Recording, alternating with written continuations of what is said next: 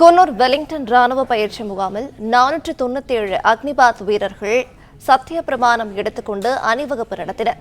விவரங்களை வழங்குகிறார் செய்தியாளர் விஜயசுந்தரம். வணக்கம், விவரங்களை சொல்லலாம். குன்னூர் வெலிங்டன் ராணுவ பயிற்சி முகாமில் 497 அக்னிபாத் வீரர்கள் சத்திய பிரமாணம் எடுத்துக்கொண்டு அணிவகுப்பு நடத்தினர். விவரங்களை வழங்குகிறார் செய்தியாளர் விஜயசுந்தரம். வணக்கம், விவரங்களை சொல்லலாம்.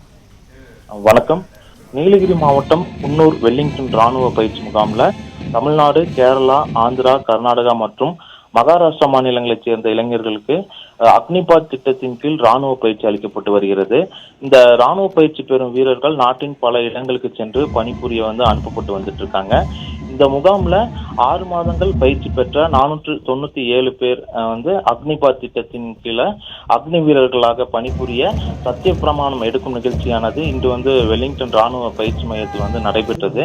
இந்த சத்திய பிரமாண நிகழ்ச்சியில பகவத்கீதை, பைபிள், குர்ஆன் புத்தகங்கள் மற்றும் தேசிய கொடி மீது அக்னிபாத் வீரர்கள் சத்திய பிரமாணம் எடுத்துக்கொண்டாங்க. பின்னர் பயிற்சி பெற்ற ராணுவ வீரர்களோட கம்பீரமான அணிவகுப்பானது நடைபெற்றது.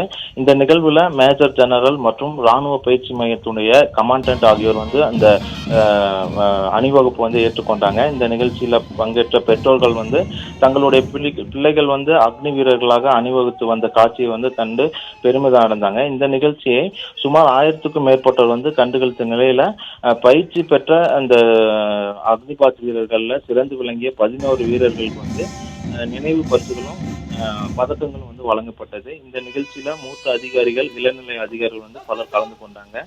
பயிற்சி முடித்த வீரர்கள் பல்வேறு இடங்களுக்கு ராணுவ பணிக்காக அனுப்பப்பட உள்ளனர் என்பது குறிப்பிடத்தக்கது.